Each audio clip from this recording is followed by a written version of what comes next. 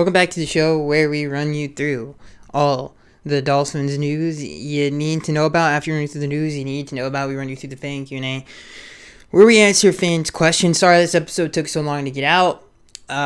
Just a lot of hurdles in the way at the time. It doesn't matter. We're here now. It's gonna suck doing this episode. This season sucks so far. It's tough being a Dolphins fan right now for a lot of different reasons. I could not have seen this coming in a million years. I don't even know really how to describe the feeling. I don't know. I really didn't expect this. I really didn't. So let's get into the news you need to know about. There really is no news you need to know about. We haven't really got any crazy updates on X or Byron or even Devontae, obviously, who missed the Jaguars game due to injuries. Hopefully we get them back this week against Atlanta. Haven't really heard any news about it yet. I think the London trip was a huge factor in them playing. I think if we weren't flying to London, I think maybe you could have seen Devontae or maybe even X play. But I think that definitely had a factor in this game. Or the scheduling, obviously, and then going over there and then coming back. You don't want to really, obviously it's hard on the players. And it's even harder if you're trying to play through injuries. I'm assuming they just didn't want to make it worse. So I'd expect at least 2 out of the 3 to be back against Atlanta. Other than that, this is a tough game to talk about. I mean, obviously the Dolphins fall to the Jacksonville Jaguars 20-23, and probably the most depressing start to a Dolphin season that I've ever covered on this channel.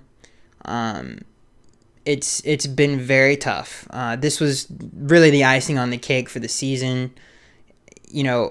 I think the only thing the Dolphins really have going for them is some of the AFC is kind of flubbing around a little bit. So I guess the hope you have if you're a Dolphins fan is maybe we can make a run. But this loss pretty much, you might as well pack your bags on this one, guys. It sucks to say. It's tough to say that. But you have to win these games. Not every game in the NFL is going to be a layup. This was one of those layup games. You have to win these games. You have to beat the bad teams in the NFL. And obviously, we haven't been able to do that. We had 2 opportunities to do that this year against the Colts and against the Jacksonville Jaguars. And to lose both of those games says a lot about what's going on this year for a lot of different reasons. And we're going to get into that right now. Let's start with the positive of this game. Obviously, it's Tua. Tua coming, obviously missing, 4 games, and playing as well as he did. He was 33 of 47 for 329 yards, 2 touchdowns, 1 interception. The interception I really want to go back and look at. I think he just lost the ball because the read was the right read. The guy was open. I don't really know what happened other than the fact that he just lost control of it and it just got away from him. Other than that, I can't. Maybe it was a little bit of adjustment to the new gear he was wearing. I'm not sure what the reasoning was because other than that, he was really good. I think the most impressive thing about the game is his command of the offense and his confidence that he plays with. I think is noticeable, and his feel for the game is great. And I think the best thing that he did on Sunday was keep drives alive. His third down conversions were pretty awesome. Pretty much every single one of them were pretty crazy accurate throws. I mean, the one to Waddle on third down, and even the one early when he had a guy hanging on him and he still somehow got rid of the ball there. And, there were 2 receivers in the area and he still completed it. I thought that was pretty awesome. We haven't seen a quarterback be able to do that in Miami in a long time. And that's what great quarterbacks do. They're at their best on third down, and that's what Tua did in this game. What other things that I loved about Tua? I'm trying to think. I mean, obviously his legs, he looks a little bit faster this year. He's definitely bigger than he was a year ago. He's just all around a better player. He's making faster, quicker decisions. I think the scheme fits him a little bit better this year. There's a lot of things that are good. And again, he did this. And again, Jacksonville's not good by any stretch of the imagination. They're actually pretty bad. But we're down. Preston didn't play. Devontae didn't play. Obviously, Will Fuller wasn't playing. So, he was really just using Matt Collins, and for most of the game, that was his go-to target, him and Gesicki. which both of them had pretty good games. Mike had 8 receptions for 115 yards. Waddle had a really good game as well, 10 receptions for 70. And Mack had 4 receptions for 61 yards. And Smythe had a pretty decent game as well. I thought he played well. Another thing that I liked about this game, it's hard to say things that you like about this game, that's for sure. But another thing that I liked about this game is the play calling. I thought the play calling was pretty good. I know people are going to sit here and rag on the 4th and 1 call. Yeah, that wasn't great. Clearly, that was the head coach's call, and we're going to get into that here in a minute. But the play call, you would like to be under center there. But, and it's a real head scratcher because they had the same situation earlier in the game with way less stakes, and they decided to punt. But that's neither here nor there. I'm not mad at the play call there. You got to get that first down. If you guys watch the play again, Austin Jackson just pretty much messed it up, and Josh Allen made a great play. And it's unfortunate that it kind of went down that way. It was still a makeable first down. Malcolm Brown just isn't the greatest. He just, you want to talk about stuck in the mud. Malcolm Brown is the definition of stuck in the mud. He has no acceleration. But, a better running back gets that first down. It wasn't the best blocking in the world. I don't know. I'm not mad at the call. If you can't get a yard in the National Football League, then you're a bad team. And especially against a bad team. If you can't get a yard against a bad team, then you're just bad. I'm not mad at the coaches for doing that. I think the feel of the game was definitely warranted that call for sure. And again, people are gonna be mad at the way, the design of the play, maybe, and the way, maybe we shouldn't be in shotgun there. Who cares? Okay, get a yard. It honestly isn't that hard in the National Football League to get a yard, and it shouldn't be, especially the way the rules are now. Against a bad defense, you should be able to get that yard. And of course, we have a blown blocking assignment. It's just, dude, we can't do anything right. We really can't. And Austin Jackson is just a terror to Dolphins. Like, he's an absolute menace to society, dude.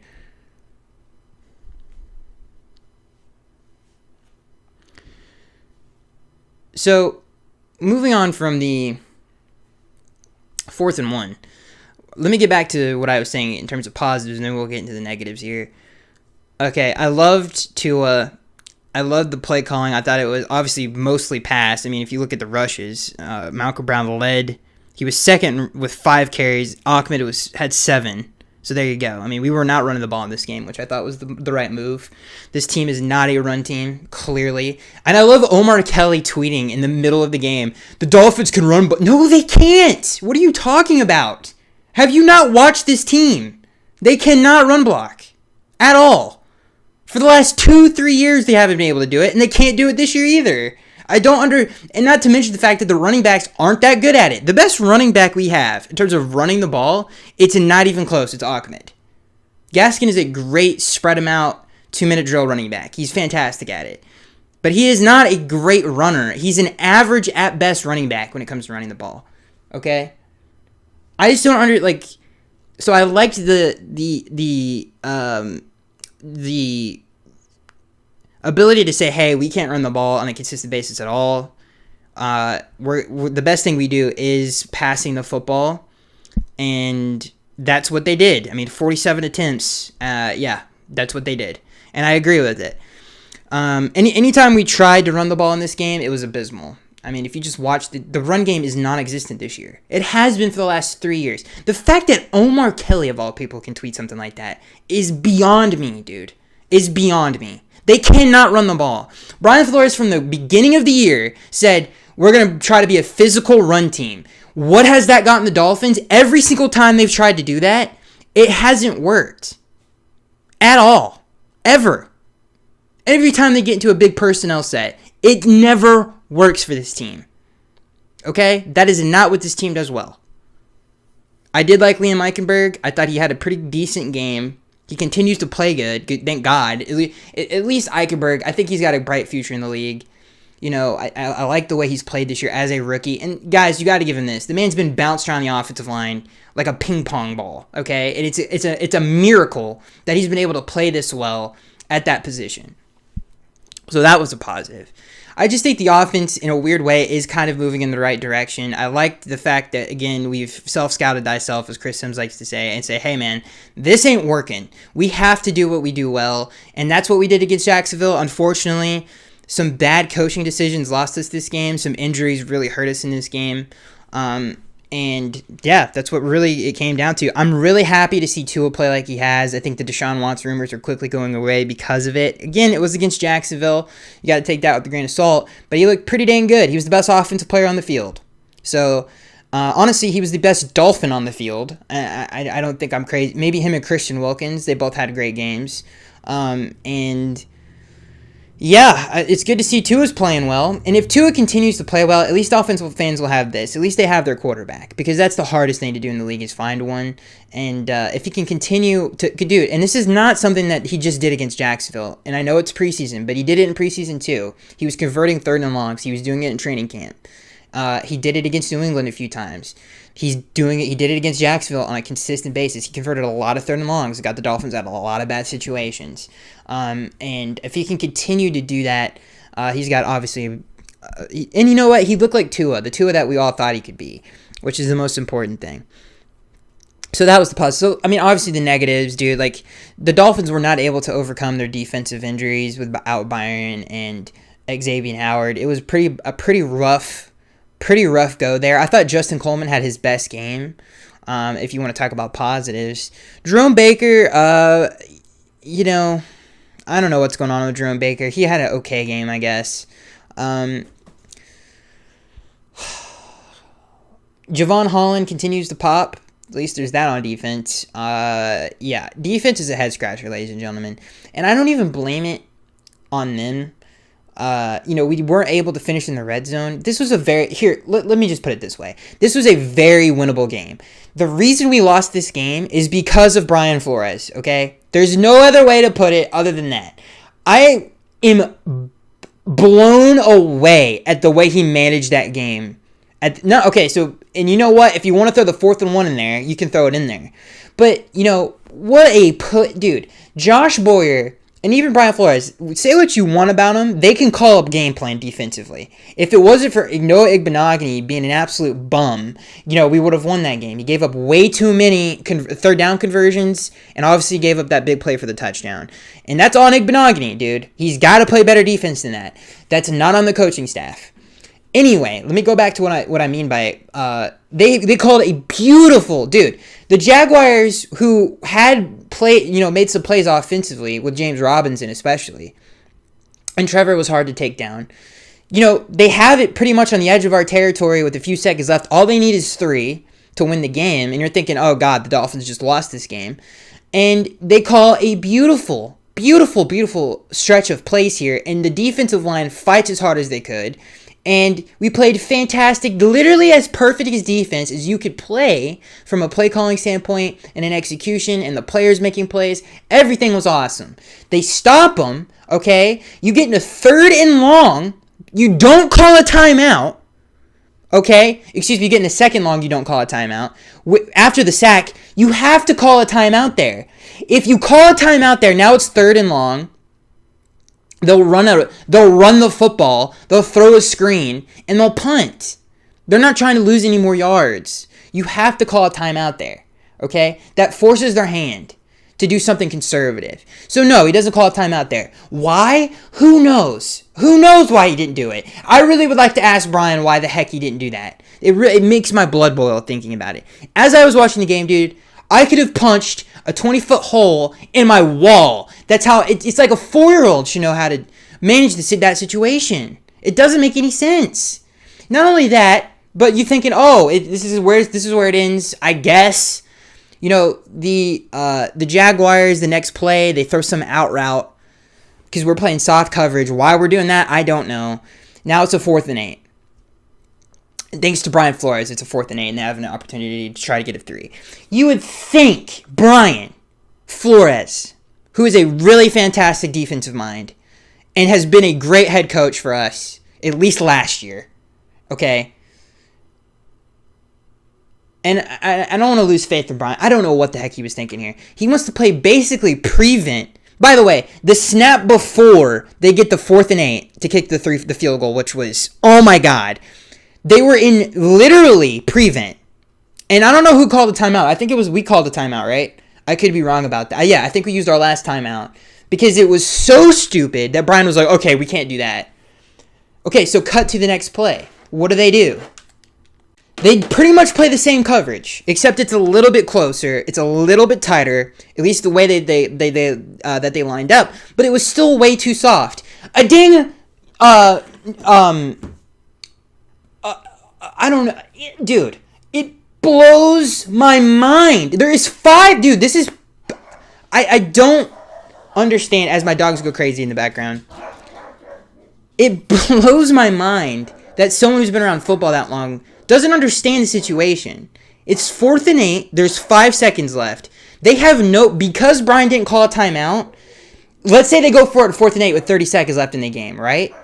They won't do that. They're gonna punt because they're not gonna want us to get the ball at midfield. So because you didn't call the timeout, they have no consequences for to get the 8 yards and to kick 3. There is 0 consequences now. So it makes it an easy decision to go for it on 4th down because Brian didn't want to call a timeout. Okay, so that was an awful decision. Dumb decision. Then he follows that up with another terrible decision to play soft coverage with 5 seconds left in the game. Okay? You can easily run a play and get a 1st down in 5 seconds and call a timeout. They had a timeout left.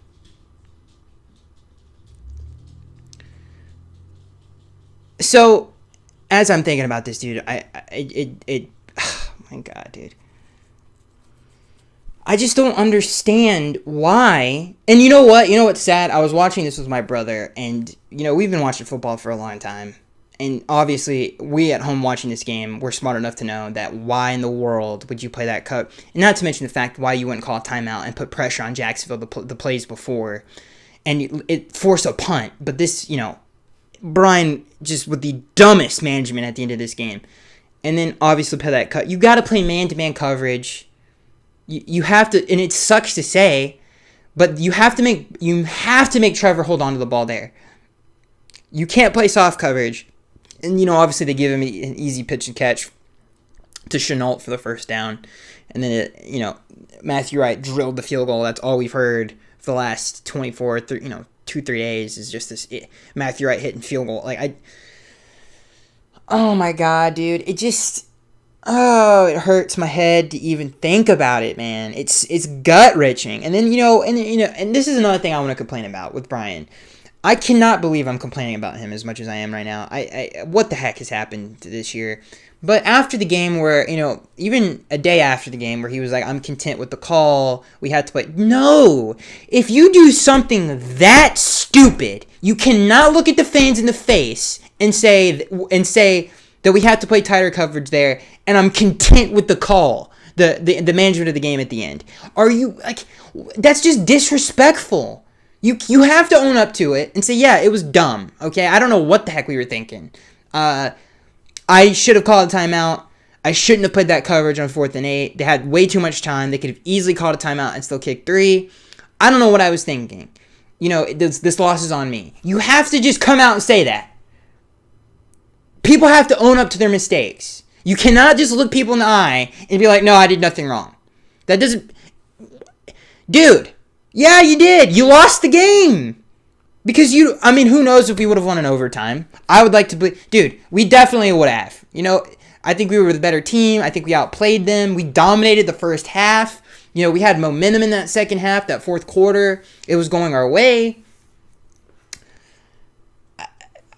And you know what? I will say this. When it happened, Brian was really upset. You could tell after the 4th and 1 especially, that whole sideline lit up like fireworks, dude. So many F-bombs. I saw 15,000 different F-bombs on our sideline after that 4th and 1 after we didn't get it. And you know what? That's not Brian's fault. That's the players. Austin Jackson has to play better in that situation. And that is what it is. But what sucks more than anything is that they did call such a good defense. The players played so well. To give the Dolphins a chance, to give us a chance and just to fumble the bag with terrible decision making by your coaching staff and your head coach especially at the end of that game it's disgraceful and it's disgusting. You know what I mean? It doesn't make any sense. A toddler should know what to do in that situation, and should know the situation, and get your team at least to get into overtime, and try to win in overtime. But of course that didn't happen. So, I just don't understand it. I don't know what was going through his head. As it was happening, I mean, literally, I think all of us as Dolphins fans were like, what the heck? Dude. And now, probably one of the worst losses that we've... Dude, you know what? I don't know what else to say. Like, I thought the defensive line... I mean, literally, we should have won this game by 10 points. I really don't know what else to say, okay? I really don't. Trevor Lawrence, I think the best offense that they had was they had a few plays of James Robinson, and Trevor Lawrence just extended plays. That's pretty much what they did.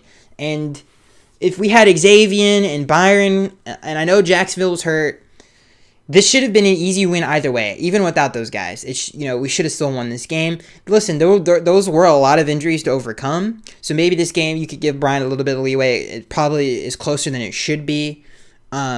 Should have been at least, and they definitely couldn't overcome having Igbenogany out there for most of the game, so that sucks. It sucked to see him. I mean, Marvin Jones is a great 50-50 ball guy, and he has been his entire career. I mean, his whole Detroit career, that's all he did, and they obviously took advantage of that.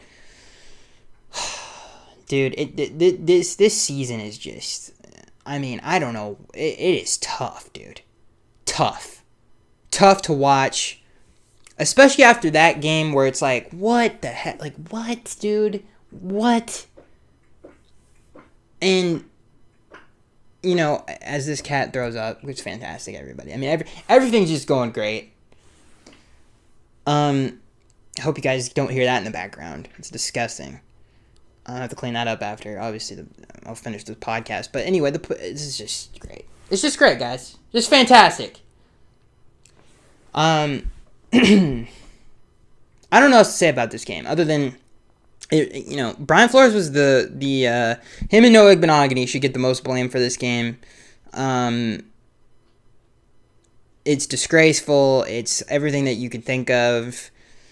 Hopefully that they can turn this around and at least have some dignity to end the year and play better football than they have. I'm excited to see Tua continue to play well. He's played great this entire second year.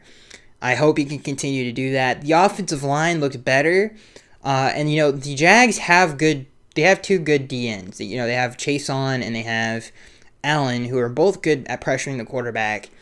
And they did pretty good against them. And I'm excited to continue to see this offensive line go in the right direction. I think they are going in the right direction. So those are some good things to look forward to. Other than that, man, I don't know what else to tell you guys, dude. Defensively, we're underachieving this entire year. Just underachieving. I think one thing that defensively that they have to get better at, other than executing, because that's something that they definitely have to be better at, which is weird because they've ran the same defense for 3 years in a row right now, and a lot of players on this defense have been here, so they shouldn't be blowing some of these coverages and messing up some of these double teams and all the stuff that they are messing up. But one thing that I have noticed is Jalen Phillips. He's been good in a lot of areas, like pass rushing, pressures. But one thing he has to do a little bit better job of is Omar Kelly has talked about this, and I agree with that. Is he's just got to do a better job setting the edge. That was a problem in this game. Another thing is, and again, this is something that all defenses are struggling with, is, we have to do a better job with our rush lanes. We have to do a better job at finishing at the quarterback. There's so many excuses you can make for this game. If X and at least one of them played, this would have been an easy win. And, it is what it is. Igbenogany is a bust, guys. He's a bust. I don't know what else to tell you. He can't play man covered very well. I think, to be honest with you, the best thing that he can do is play in the slot. I think he's physical. He's not when the ball's in the air, it's a lot easier in the slot. There's only a few route combinations that you kind of get. Now, there is a lot more field to run around with, but I think Igbenogany could do that. But in terms of guarding like an X receiver or an outside receiver, that's not going to happen for his entire career. I think we've seen that so far. He's definitely more of an inside player. I think another thing that they could try is him at safety. But other than that, I don't know what else to say, guys. It's rough.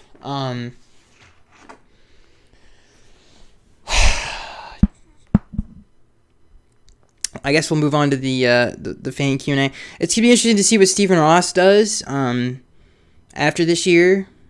I think Brian. Before I make it, the Jaguars game really. That was really disappointing from Flo. And we'll see it, man. I think I'm not ready to give up on Brian yet. After not even a full season, I would like to see how the rest of the year plays out, and then make a decision on that. But until that happens, we'll see. So let's get into the fan Q&A. This first question comes from Eric. He said, Tua looked really good out there. I believe we are still rebuilding. We had a good season last year, but the team is still young with a lot of cap space next year. Players are still developing, and people need patience. I disagree with that. I know that, listen, to be 1-5, that shouldn't happen. This roster is too good. Whatever the heck you want to say about the young, whatever the heck, no. The roster is way too good to be 1-5. That is just a fact. And they lost to bad teams, guys. They lost to the Colts and they lost to the Jaguars. Those were not good football teams. They're not. So there is zero excuse to be 1-5 right now, other than the fact that someone's not doing their job right.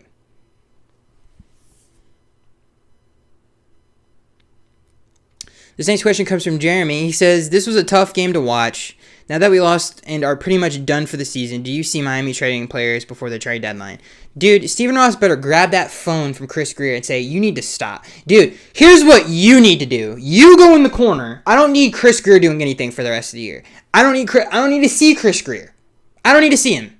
He needs to just go away. Just go away, Chris. Okay? I don't need to hear you. I don't need to see you. I don't need to... Listen. Go away. Okay? Let's see how the rest of this year plays out. If it plays out in a positive way, I still feel like they're going to have to still make a decision on Chris. Even though I think it's, again, I will say this, I think the narrative that Chris Greer is an awful GM is way overblown. He has picked good players, and I think that's, literally he just has. So I wouldn't make any decisions with trades and stuff like that until the year has ended. After this season. I don't think it's smart to do that. This next question comes from Jerry. He says, Skaggs, I love the show. I've been tuned in since the start through the Andre Branch, Nate Allen, and Lawrence Timmons days. God bless you. That being said, I think it's time for us to realize as Dolphins fans that Brian Flores may not be the guy. Chris Greer definitely isn't the guy. We've gotten from the best third down defense to the worst in the league in just 1 year. Only after making improvements to the defense. This offensive coordinator debacle is ridiculous, and I swear to God, if I see Malcolm Brown on the field one more time, I'm going to vomit. Guys, I told you about Malcolm Brown as soon as we signed him. The dude is just not good at what he does. What else can we say about Malcolm Brown? He's not good. Okay? I don't understand that decision. And again, I think the thing that Chris didn't do is he wasn't aggressive enough as a GM. There were so many opportunities to fix those issues that this team had, and he just didn't do it.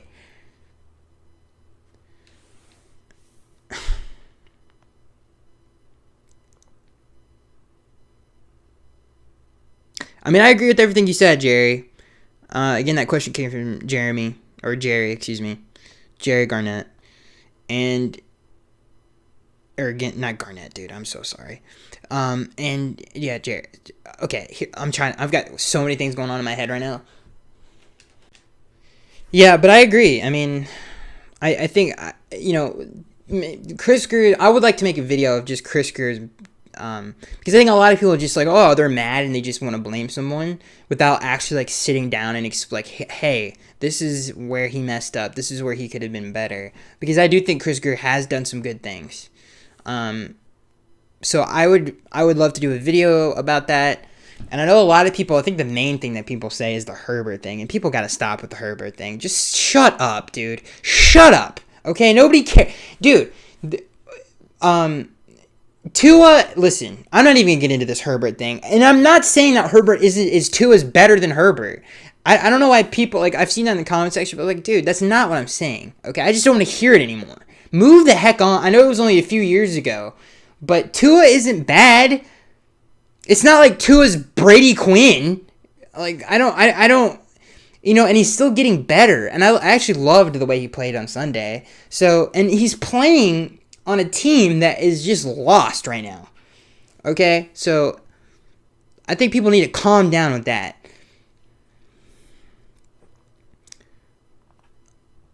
So, let's move on to the next question. This next question comes from Ethan. He says, What is there to look forward to moving forward other than Tua playing well? Anything else that makes this season somewhat purposeful? This question comes from Ethan. I think the main thing that you have to hope for is a strong finish. Just see some improvements. And I guess the main thing, honestly, is the Tua thing. I think Tua. And another thing that I would like to say that I didn't mention when I was talking about the game, Matt Collins needs to play more. He just does. That's all I have to say. Anyway, moving on to what Ethan is saying.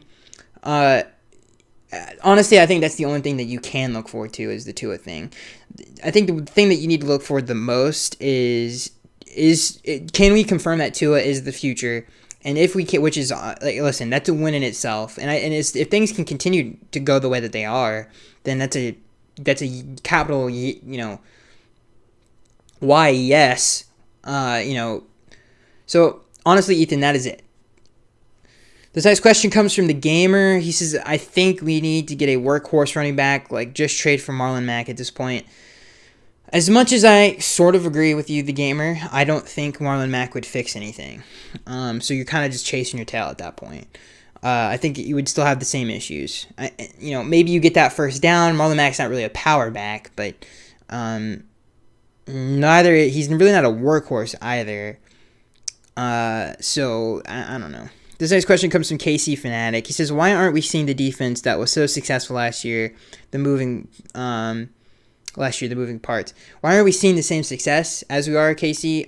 I don't know. I think something that's not being talked about is there have been a lot of blown coverages this year.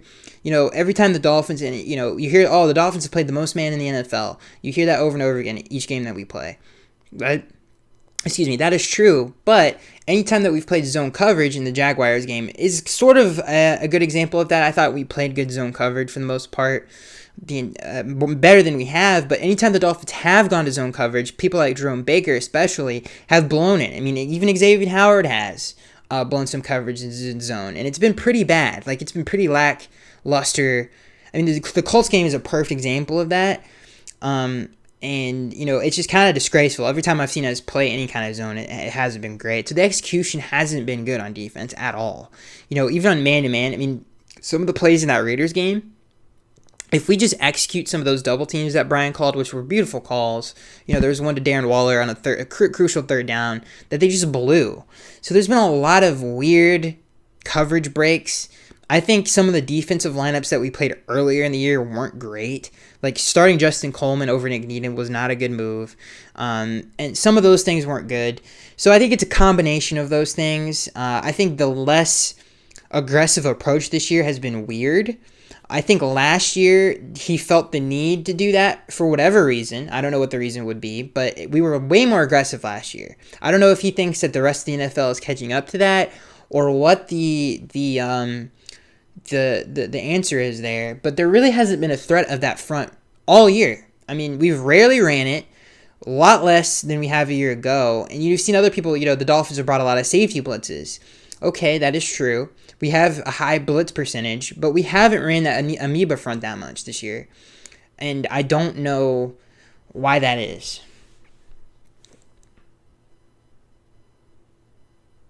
So I think it's a combination of all of those, Casey. This next question comes from Brandon. He says, what is the chance we bounce back? I've checked the schedule. If Tua plays the way he did Sunday, there are pretty winnable games outside of maybe the Ravens game.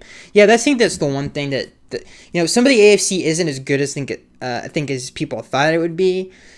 And, there's an extra seed this year. So maybe the Dolphins can make a push for that last seed.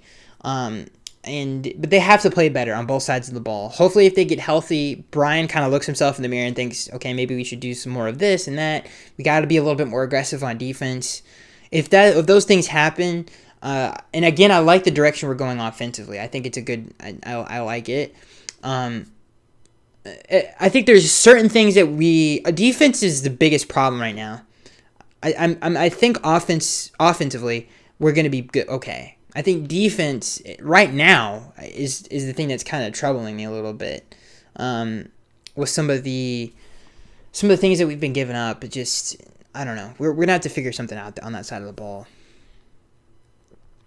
This next question comes from the Gamer. He says, thoughts on Austin Jackson at left guard and Liam at left tackle. Well, I think Austin has played pretty good for the most part. He's got to cut down on some of these dumb penalties, and a lot of them's false starts. He's had a few holding calls, obviously, but the penalties have been his biggest issue. And again, for some reason, there's always a play in each game where Austin Jackson it's like you kind of slap yourself in the head and you're like, what the heck did I just see?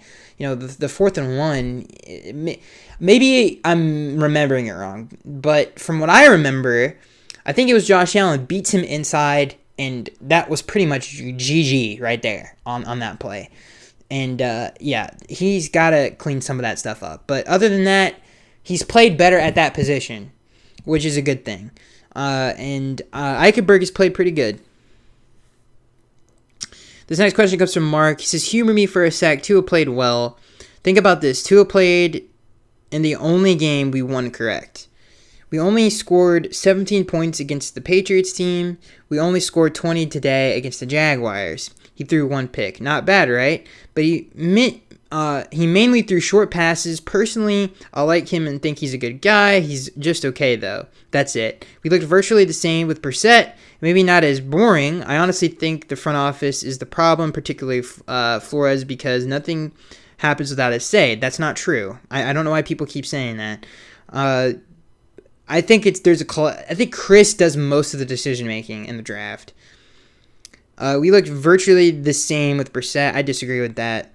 Honestly, I think the front office is the problem, particularly Flores. Okay, we read that. Nothing happens. Okay. However, I don't think Tua is a fit in Miami. We had some receivers missing. We also had 2 corners missing. You still have to perform. Lawrence has the leeway to go for it in 4th and 8. That's telling that Tua, who has played a year longer, doesn't have the trust with the coaches. What the heck does that mean? No, dude. 4th and 8. Dude, in that situation, I don't care who you have at quarterback. There's 5 seconds left. So even if we got the ball back right there, we can't kick 3. There is no negative unless he throws a pick 6 to going for it on 4th and 8. There's nothing. There's no consequences to it. So that has nothing to do with Tua Trevor Lawrence. By the way, if we called a pass on 4th and 1, you might have smacked everybody else on that coaching staff. That would be dumb. Just run for a yard. It's a yard. If you can't get a yard, that is on your running back and your offensive line. That has nothing to do with your quarterback. Okay? I've heard that all these last 2 days. And I'm like, what does that mean? Tua is fine, dude. Tua played great. Tua made some fantastic throws. And your comment about, I'm not mad at you, Mark. I'm mad at this whole situation, okay? This whole situation is stupid. But I disagree with you on the short pass stuff. I actually like it. I think that it's obviously a strength of Tua. It gets us a lot of third and manageable. We don't have a run game, guys. So we have to do that stuff. If you're passing 50 times a game, which is what we did in this game, we almost passed 50 times, and you have no run game, you have to throw those short passes. Tua went down the field plenty of times this game. So I disagree with that. He had 300 yards, guys. He was literally the offense. His arm was the offense. Okay? So I disagree with that. You have to throw those short passes. You have to do that stuff if you don't have a run game. It's the same thing that New England does with Mac Jones. That's literally what they do. This is the same offense. They short, short, run, short. That's all that New England does with Mac Jones. And sometimes they go down the field to a tight end. Or, obviously they had that busted coverage against Dallas. But yeah, you have to do that. And Tua was the offense. The offense went through Tua. And for him to play well when it's like that, with no run game, I think is a huge positive. And yes, a lot of the passes were short, but that was our run game. That was the only way. You can't get in 3rd and 10 on a consistent basis. That's not good offensive play calling. You have to throw those short passes. So I disagree with and the whole 4th and 8 thing. I mean, that's just not true. Again, there are no consequences to not getting that 4th and 8. There's 5 seconds left. The snap, the play, all of that's going to take most of the time. So it has nothing to do with trusting Trevor or trusting Tua. And like I said, you have to be able to get a 4th and 1 with the run game. You just do. And we're talking about against a bad Jacksonville team. It's a yard, guys. A yard. Have you seen the distance of a yard? So that has nothing to do with Tua. I don't understand what people find. Like, that is another example of just finding something to blame Tua for. Like, the criticism of the short passes, that's a legitimate thing to say. I understand that. To me, I gave you the reason why that we do that. But to blame, and this is not just Mark. Mark is not the only one who has said this. Well, many people have tweeted this. What are they thinking? Like, what in the... I actually question sanity at that point. Like, what are you guys thinking? Why? It's a 4th and 1. This next question comes from Salt. And again, Mark, I'm not mad at the I'm just mad, just overall. And I know you've been a long time listener. I don't want to, be mean. I've heard this from other people that have said this, and it doesn't make a lot of sense to me. This next question comes from Salt, and again, you could say the same thing. Dude, I've said some stupid stuff on this podcast, guys, okay? I'm not saying I'm the all-knowing one. Trust me. I've said some seriously moronic things on this podcast. So, Mark, I just disagree with that point. This next question comes from Salt. He says, the game is on the line. It's a 4th and 1, and most coaches would put the ball... there is no way Salt's about to go down this road, too, bro. Salt, dude, most coaches would put the ball in their best player's hands, but we gave it to our favorite running back, Malcolm Brown. Trash can, yep. It's time for a change, Skaggs. So what, okay, I see what you're saying. So, yeah, hold on. What are we changing? Something has to go, Greer or Flores, or both. Okay, so he didn't go down that road. Thank you, God, Salt. The fact that people can find a way to blame that on Tua blows my mind. You don't trust Tua to get a 4th. Like, it has nothing to do with that. But yes, I agree that, I don't know. What the heck do I agree with? If you can't get a yard, you can't get a yard. Okay? It's really not, I mean, yes, Malcolm Brown sucks. He's trash can. And I don't know why we didn't run it with, like, Ahmed or someone who can at least, like, if nothing's there, maybe cut it, get a nice cut. Malcolm Brown's a one-cut guy. He doesn't have a lot of playmaking ability. He has 0 playmaking ability. So I agree with that. You still have to execute that. It's a yard. So it's not, it's not like this is a 4th and 5 or something like that. I don't know. I don't blame Flores for that. I understand some people would like to punt there. I was one of those guys. But if you do go for it, you got to get a yard. And I don't know. I'm okay with us going for it there. I'm not mad at that call. I'm just mad at us not getting the yard, I guess. Just, you got to execute that better. But to answer your question, Salt, is it time for a change?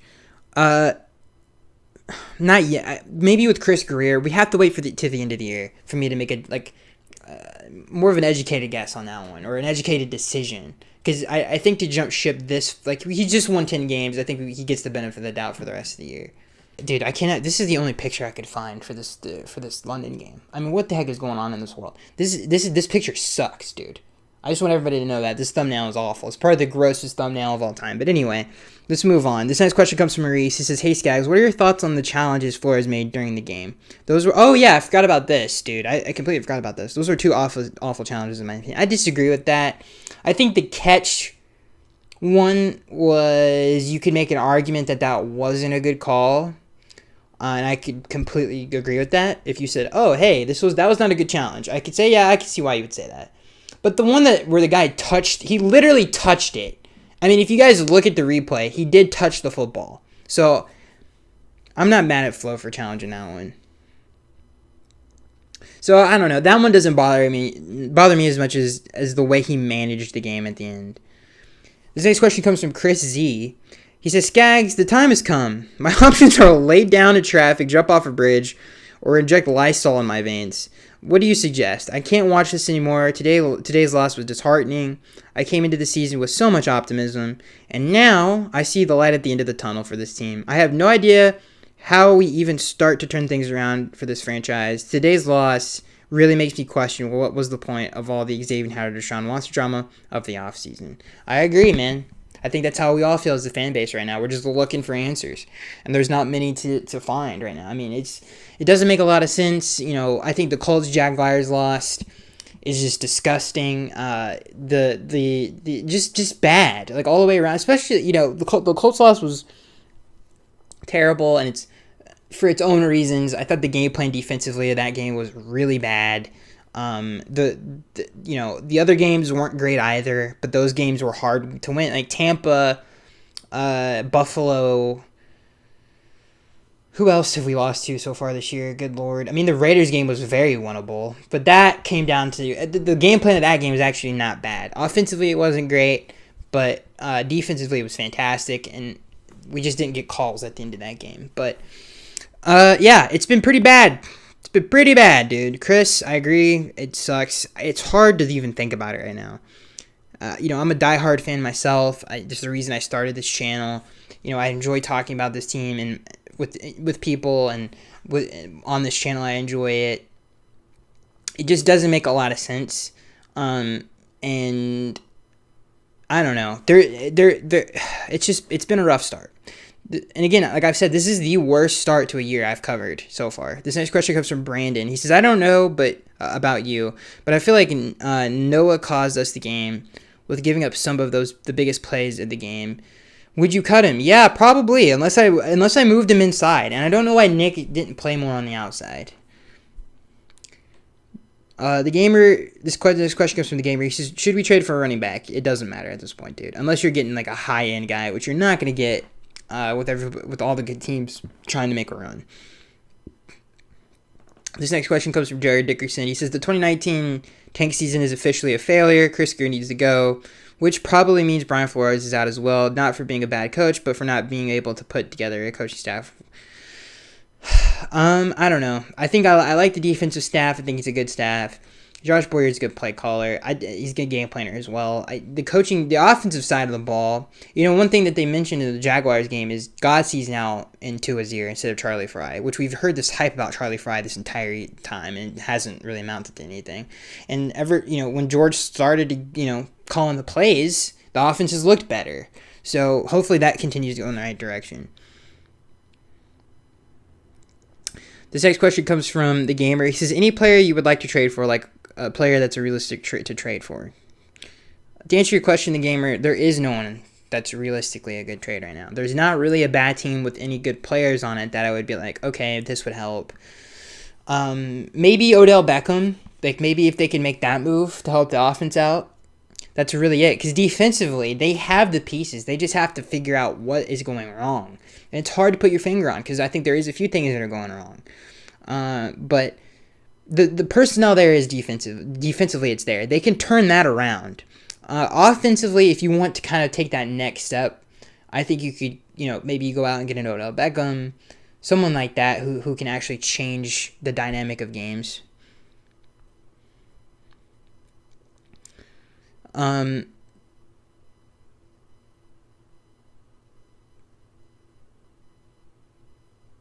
This next question comes from Jag Pack. He says, "Skaggs, you recently talked about how B-Flow changed the culture in the building, but I haven't seen I see is a lot of hot garbage on the field. I don't know what happened, but this team seems badly coached and not interested in playing hard. I know you'll probably disagree. I disagree with the playing hard thing. I think they do play hard. You can see it in their faces after games how, like, just gutted they are. Like, they really do want to win these games. It's just not, I mean, his management of the game at the end was really bad. There's no other way to put it. He should have come out and said that. He should have literally been like, listen, I don't know. And the fact that he's like, I'm content with that call. Like, dude, how are you content with that? And to say that we have to have tighter coverage there is just, you just didn't put your players in the right position, man. Like, there's no other way to say that.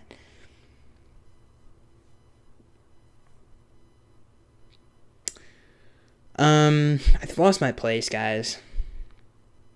This next question comes from Jared Dickerson. He says the 2019... Okay, we read that one.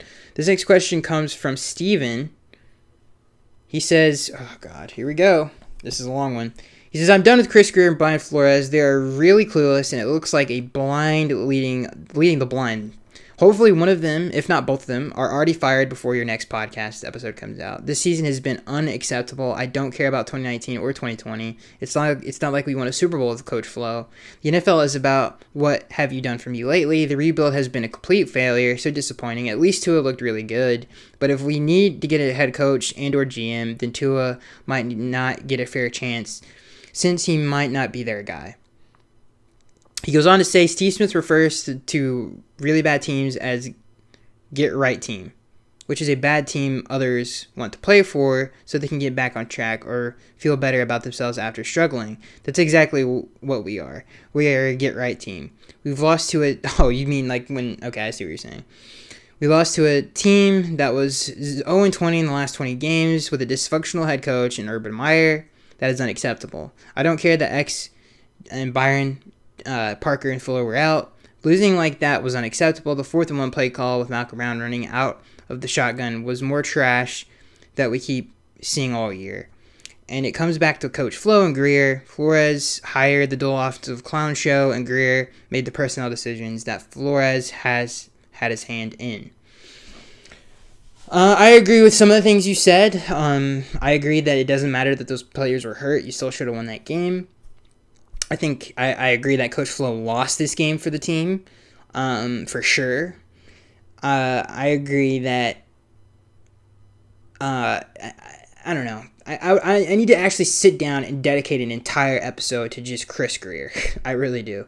This next question comes from Chip. He says, hey, Skaggs, now we lost to the Jags. Would you fire people now or wait to see how it'll all end and make a determination from there of what stays and who goes? I think you have to wait.